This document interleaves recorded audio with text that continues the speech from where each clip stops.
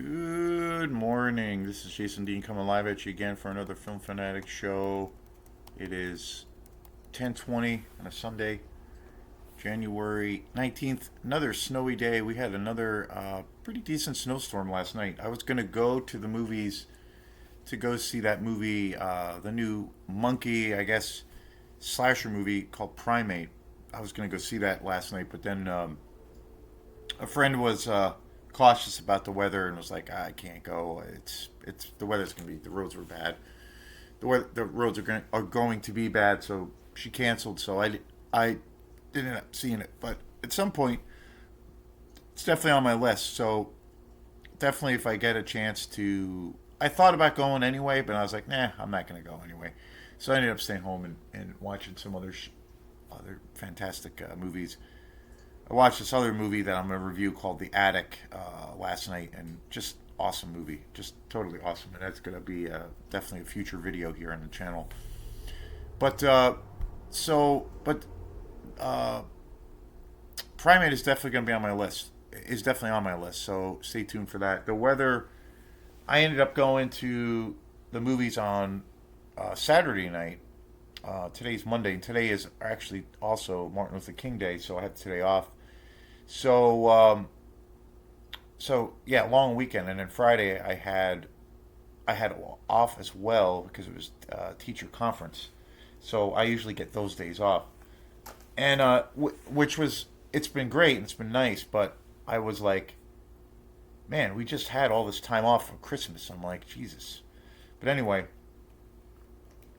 um, I did go to the movies on Saturday. I just posted the video for my second. It was my second time that I've gone to the theater to see just an amazing movie called The Secret Agent. Came out in 2025. Just an absolutely awesome movie. Kind of, I think it's a masterpiece. It was my second time seeing it, so I saw it on Saturday night at the Colonial Theater. And the Colonial Theater is really close to where I live. It's only like a 7-minute drive. So that driving wise wasn't that bad, but the roads were pretty shitty. So I was in town a little bit early and dug myself out. I actually took some pretty cool photos. I went to the ocean, to this the park that we have in Belfast, and went right down to the water and took some photos, which I had never really done before, and it was awesome. I mean, it was so beautiful out, and it was just a nice light snow. It was consistent, and then but the roads are pretty shitty, so I can understand people not going out, and then it started again snowing. It snowed again last night, like around 7 o'clock or so, and it came down pretty hard, and it just stopped maybe a half hour ago. So yeah, and also today is my mom's birthday, so I am going to gotta go out and get her some kind of a gift or something, and then I think we're gonna do a possible dinner tonight, and which, if that's the case, that means I have to go get some movies. And Opera House Video is actually open today, which is awesome. So I'm gonna probably do that in a little bit. I gotta go out and check out the situation as far as if I have to snow blow or not. The snow has been really light, so I've only had to really snow blow once or twice, I think, so far. And so we'll see. We'll see what happens. And other than that, I've been watching a lot of movies, and then I've been writing. It's been pretty cool as far as music stuff goes. I've been writing a lot of new music, and just kind of finished a couple of new quantum tunes the other day, and that's been really great. It was really funny because the process is so different, depending on what you're going for or what kind of transpires.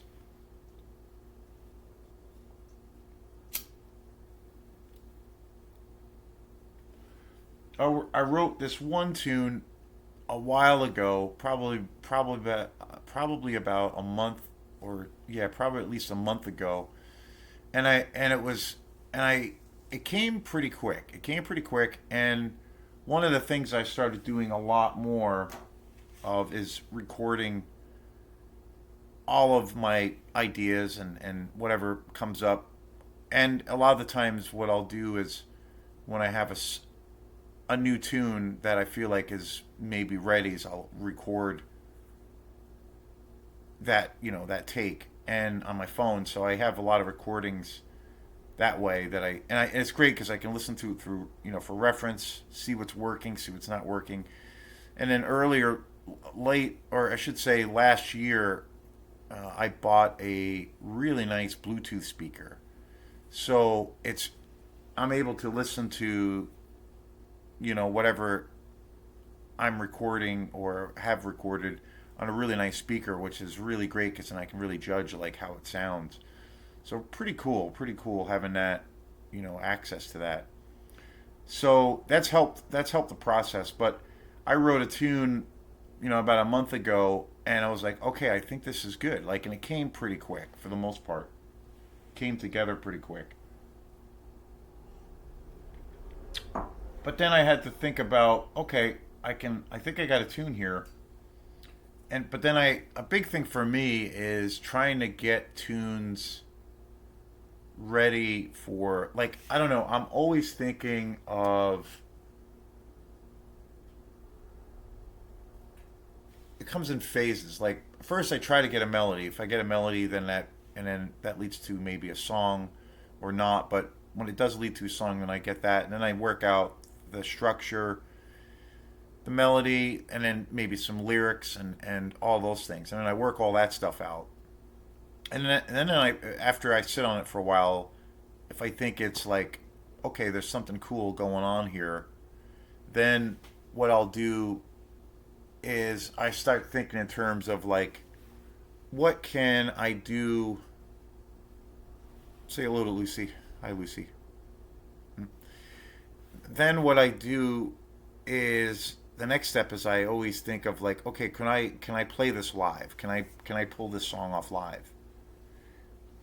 And sometimes it's really hard to figure that out. Sometimes it's really hard to like, how can I put this all together in a live context, like with at a gig?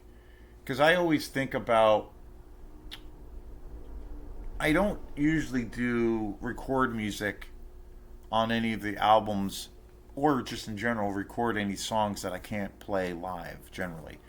I like to try to play everything as live as I can. Like I don't use any kind of preset backing tracks or like preset loops as far as like, you know, drum beats of, everything is kind of synced up already.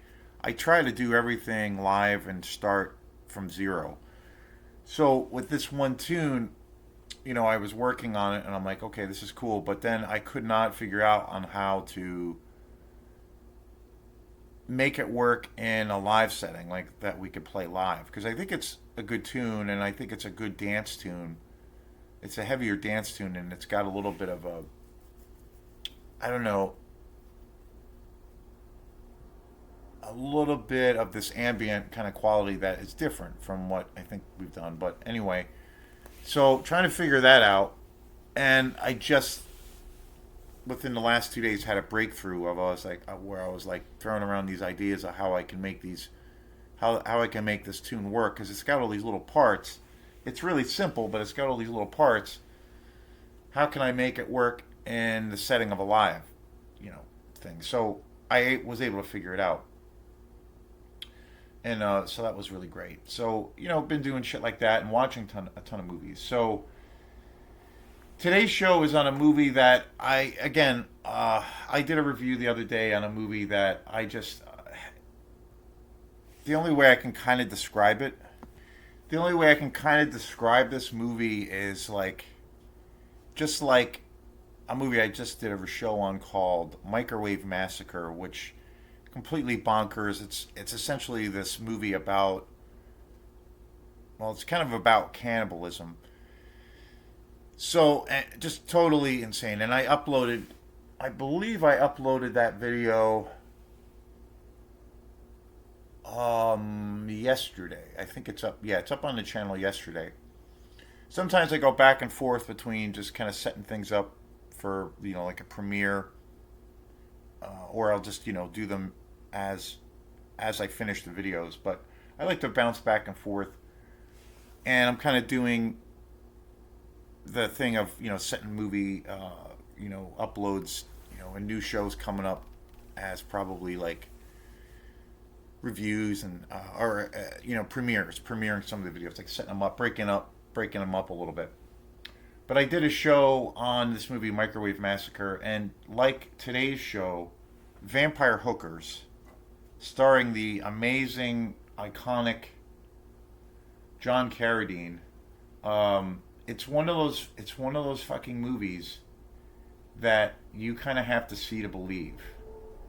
Um,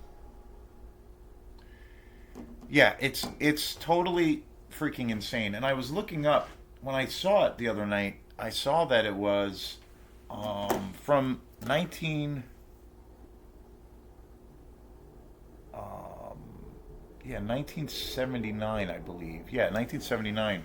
But when I looked it up this morning, Vampire Hookers.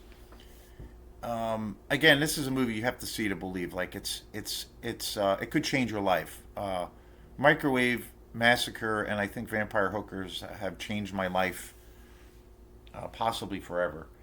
But when I looked it up, there was like three different times or three different years that it was released, which was kind of weird, or at least that it says online when the date was when this movie came out. Because when I watched it, I saw that the year was 79, and then other times that I saw other years, it was 78, and then um, it says when you look it up,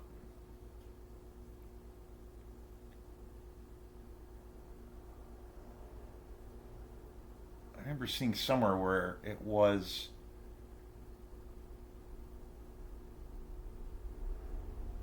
76 or something like that, which was really surprising. Sometimes that happens with like releases for a lot of um, exploitation movies. They get different release dates or distribution dates, like especially if they're like a European movie, like they could be out, say in the European market for a long time and then finally come here to the States, so it could be years, or vice versa. But this is an Italian, or sorry, an American movie, and it was directed by Sergio Santiago. Um, Totally wild freaking movie, totally wild. Um, it's got to be, it's got to be one of the trashiest and one of the worst, for all intents and purposes, and I mean this in the best way possible. It's got to be one of the worst movies I've seen in recent times. I mean, the dialogue, um, the whole premise of the story is just fucking crazy and wacky, and I absolutely love this movie. I never heard of this movie. I love John Carradine. He's such an icon, and I had never heard of this movie before. So what a freaking surprise!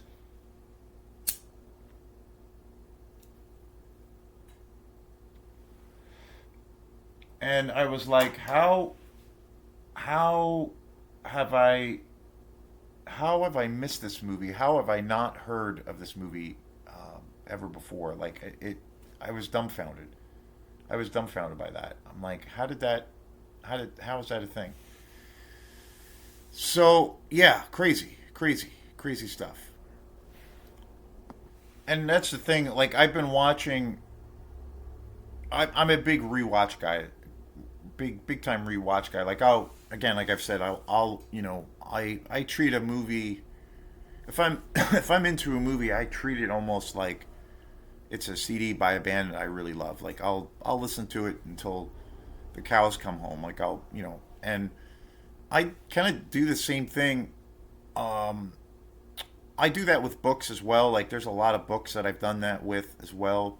Obviously, that takes a little bit more time, but I do the same with books. And I do exactly the same thing with movies. I treat them like CDs. Like I will, if I'm into a movie, if I buy a movie that I saw when I was a kid and I buy it on Blu-ray, or or a brand, a movie that I've seen for the first time, and if I'm totally into it, I'll rewatch it, and it will get to a point of where you know I will totally forget how many times I've actually seen the movie because I've watched it so many times, and so I had been spending a lot of time checking out, doing a lot of rewatches because I last year, especially the last handful of years, but last year, 2025, I haven't bought any. No, I'm trying to think. I have gotten some new movies, but I haven't really bought any significant amount of movies this year in 2026. But I spend a lot of my time, rewatching a lot of the films that I bought because I love them to death, and so that's a big thing that I do. And then but I try to always stay up on new stuff, and I usually see new things. New for me at least being older films that I've never seen before, and then going to Opera House Video, getting some new releases. I try to stay up on new stuff, and then I've been going to the theater a lot, so I've been doing that. But the last couple of weeks, I've been watching so many new films for me, even though they're all of these. It's been a shit ton of exploitation movies that I'd never seen before, and literally like every night for the last like week and a half, 2 weeks, I've seen a new movie, and it's been amazing.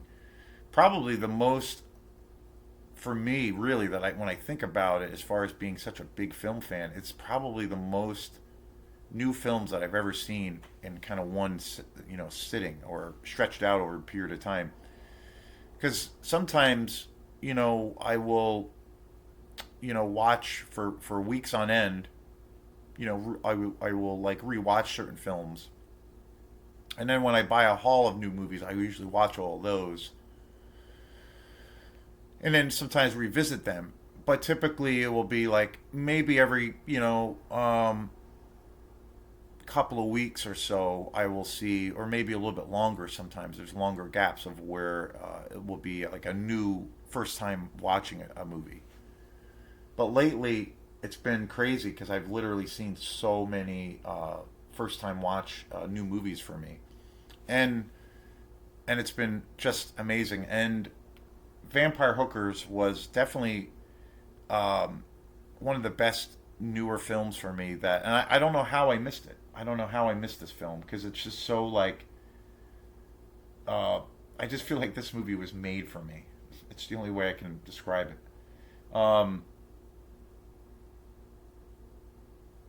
Yeah, it Vampire Hookers. I can't recommend this movie enough. Um,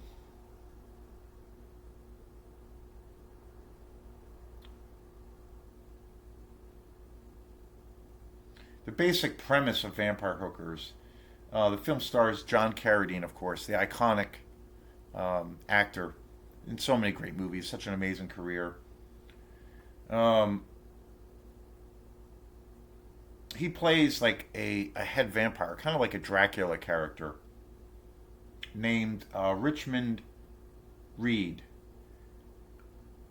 And he ends up in for the story. He recruits these female vampires to pose as prostitutes, and then that's how they lure in their victims, mostly men. And it's totally fucking ridiculous, like totally ridiculous. The way this movie starts too is, I mean, it's kind of got it goes into more. The film does go into like a little bit more of like a, I guess you could say, kind of classic '70s kind of gothic vampire kind of vibe, or it definitely kind of acquires a little bit more of that as the film goes, like the classic kind of 70s, almost a little bit of like a Hammer kind of vibe. And, where you got you start getting and seeing the vampire kind of tropes, and which is awesome. But the film kind of starts out like really, and the film is, I don't know, it's kind of a comedy as well. It's super funny.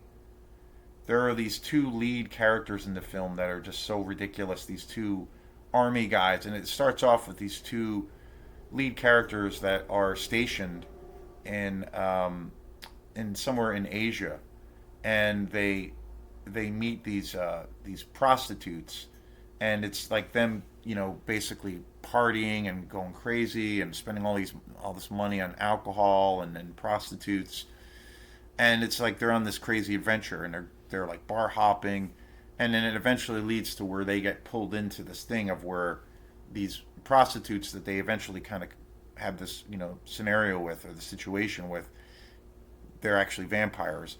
And then that's where it kind of gets, it turns into a little bit more of like a gothic, horror vibe, vampire kind of world. But it's awesome, and it's super, it's totally ridiculous. There's also this character in this movie who is kind of like, he's not a vampire, but he's kind of like, um,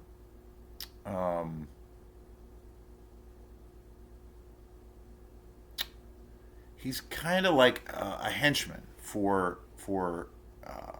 John Carradine's character, the Dracula character, and he wants like so bad to become a vampire, which is so hilarious. He's trying so hard, like he wants to be a vampire, he wants to be immortal, but he's still not ready, I guess. And John Carradine's character still feels like he's not ready to be turned and to become immortal. So, but he's like trying so hard to become a vampire, and it's super hilarious. But he does all of these. He does the vampires.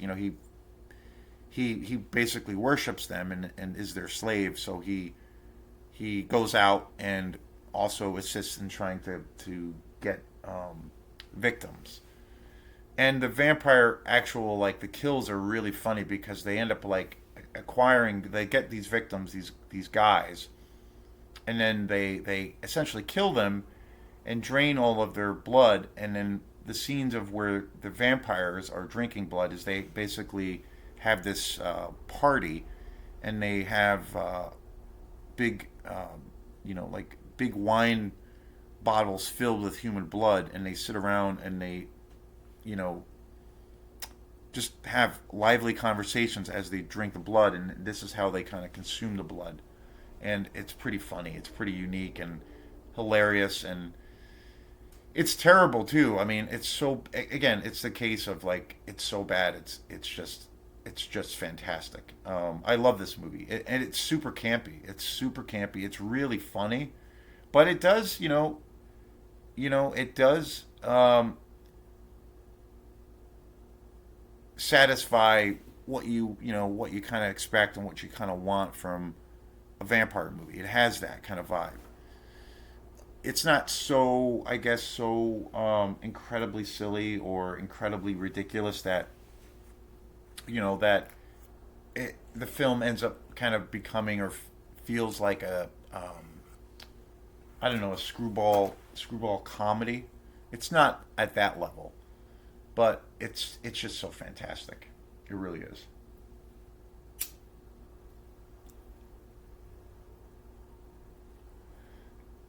And I don't know how I missed this movie. All of these movies that I've been watching and that I have been covering and I've been doing these shows on, a big one that I did for the channel was the Deathstalker franchise, which I was just blown away by. And I've looked into those movies since I've watched all three of them. Just amazing. And I don't know how the hell I missed these films growing up as a kid. They all came out in the early mid to late '80s. Amazing films. They're all Roger Corman productions, and Roger Corman is, pretty much my favorite guy. Was my favorite guy, in the world of exploitation. And I don't know how I missed it. I mean, there's just so many movies. There's just so many things.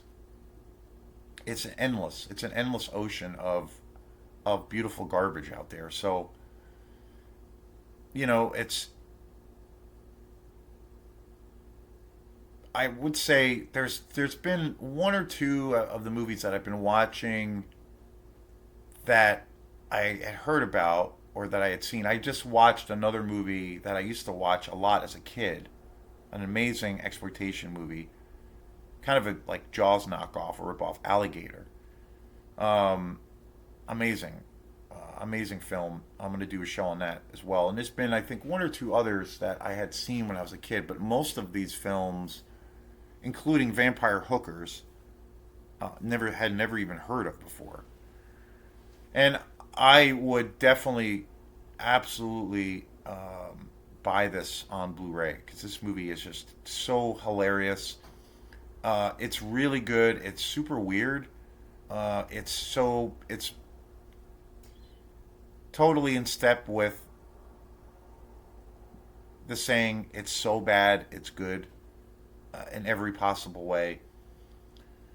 That's the other thing that this movie it feels like it was shot Powering off. with like no rehearsals, and it almost feels like when I was watching, I was like, wow, John Carradine probably just did this as like a for a paycheck, because there's times where he's like reading his like saying his lines, and it feels like there is somebody standing right in front of him while the camera's rolling, and they're going for the take, and he's literally like seeing his lines for the first time and reading them for the first time, and they're just filming it, and then it's like, okay, the next scene.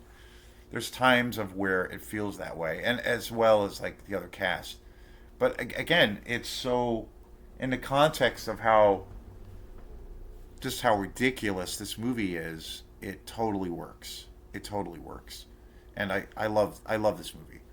Pure, healthy, unadulterated escapism, and it does have like kind of a unique take on the whole kind of vampire lore. Or there's certain things in this movie I would say I haven't really seen. I guess I could say I hadn't really seen in a vampire movie before. Kind of unique, kind of whacked, and a little bit of a different perspective, especially with how they show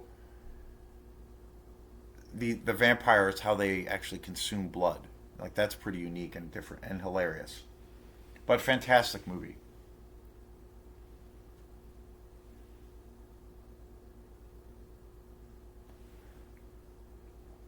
And I'm sure I haven't looked it up yet, but I'm really really positive that I would be really shocked if it's not. But I'm pretty sure that this movie has got to be on some boutique label out there has this movie on Blu-ray or 4K. The other thing about how I've been watching these movies which has been so awesome, and in some ways maybe I don't know, maybe maybe it makes me look like a little bit of a hypocrite, and that's okay. Um, because I've always said I don't like to stream. I don't stream movies because of the quality. At the time, on how I think. A lot of these movies are compressed, especially with streaming platforms.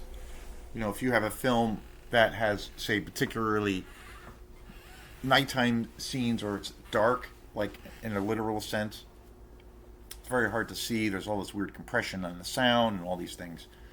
So I always prefer to see it in a theater. Obviously, that's the best. But then seeing it on Blu-ray 4K, and I've made exceptions to that. I mean, it's not a rule that I have, but I've made exceptions to that whole thing for myself, just because, like, certain films that I had been hearing about, and I just can't fucking find them. So, and then I hear about this, hear about these movies, and then I keep hearing about it, and then I keep hearing about it, and I'm like, I gotta fucking see this. So then I get obsessed with trying to find them online, and I lucked out. So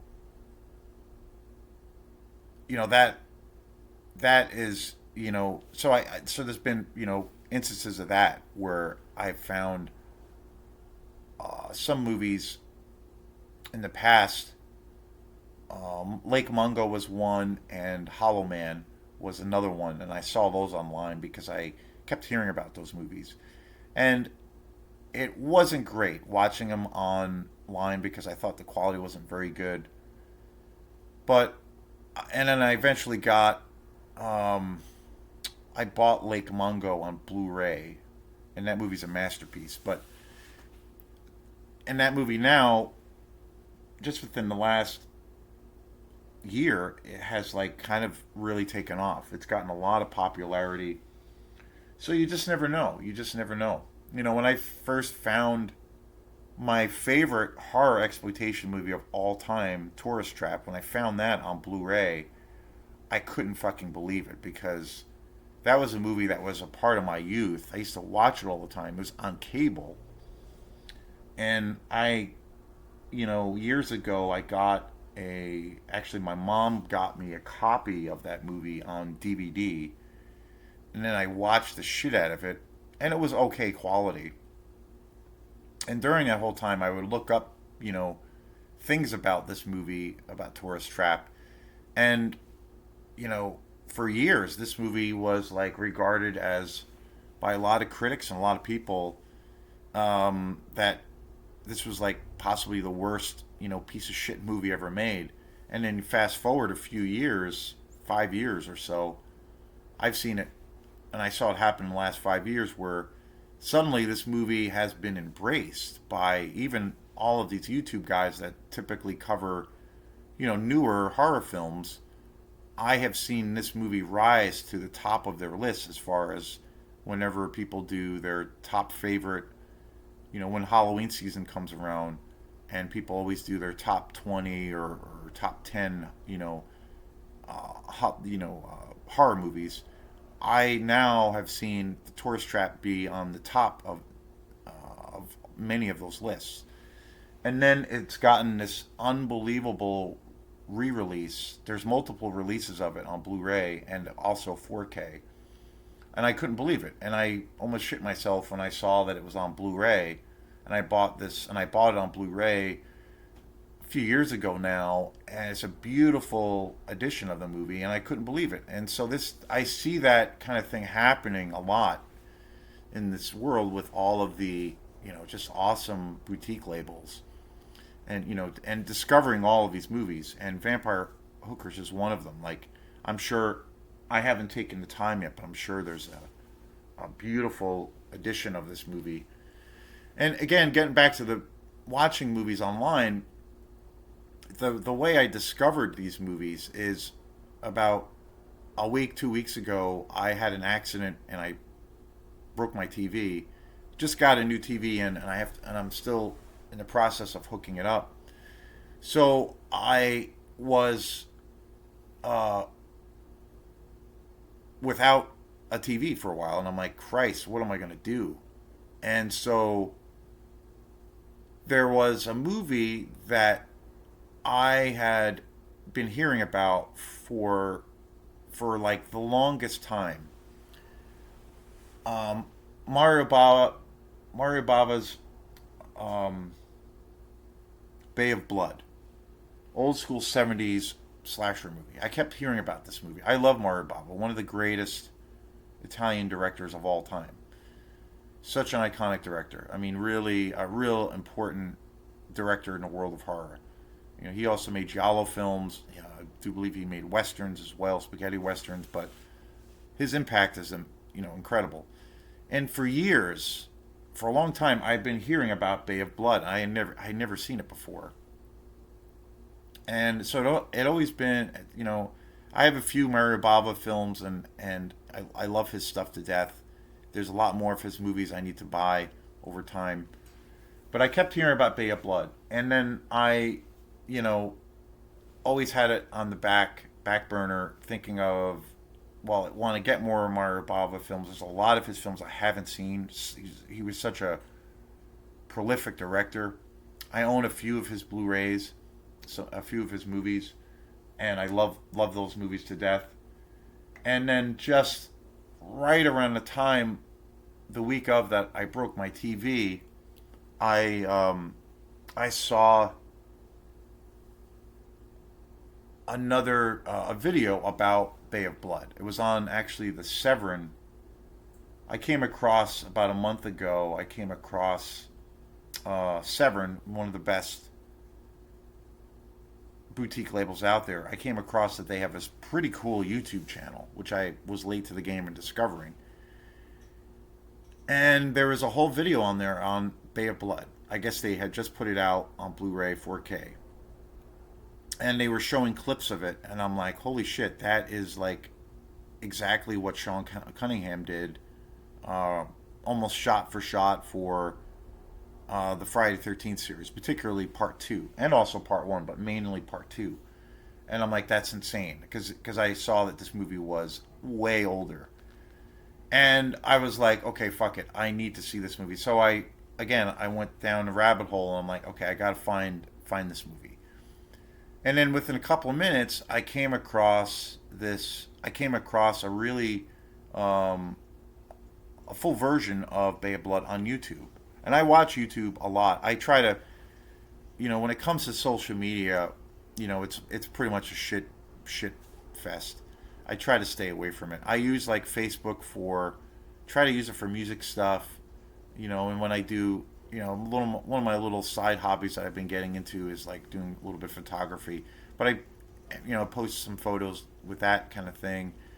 But mainly I use it for music stuff. But I try to stay off of it because it's awful. And then even Instagram is okay, but I get sick of that too. But I try not to use it. It's bad for your soul. But I do watch YouTube quite a bit. And so found this version of Bay of Blood. It was uncut. And I watched it and I was like, holy shit, this is amazing. It was all uncut, beautiful quality. I couldn't believe the quality of it. And so it was uncut, there's no commercials.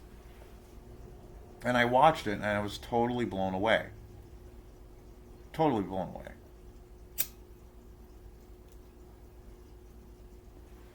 And then I realized that this Bay of Blood was on this website, YouTube channel called The Film Crypt. And I saw that there was like about 80 other movies on this page. And so many of the movies on there majority of all of the movies are all exploitation movies. And I'm like, this is amazing. And I'm like, Bay of Blood, the quality was so good. I wonder how good the quality is for these other movies. And there was a shit ton of movies I had never heard of. So then I started watching this channel, and I'm like, this is absolutely stunning. Like these transfers are amazing. So that's what I've been doing, and that's how I saw Vampire Hookers. So I can't recommend it enough. It's an amazing channel, and the quality of these movies is really really good. So you got to make the exceptions to your rules sometimes. But thanks again, and we will see you next time. Peace.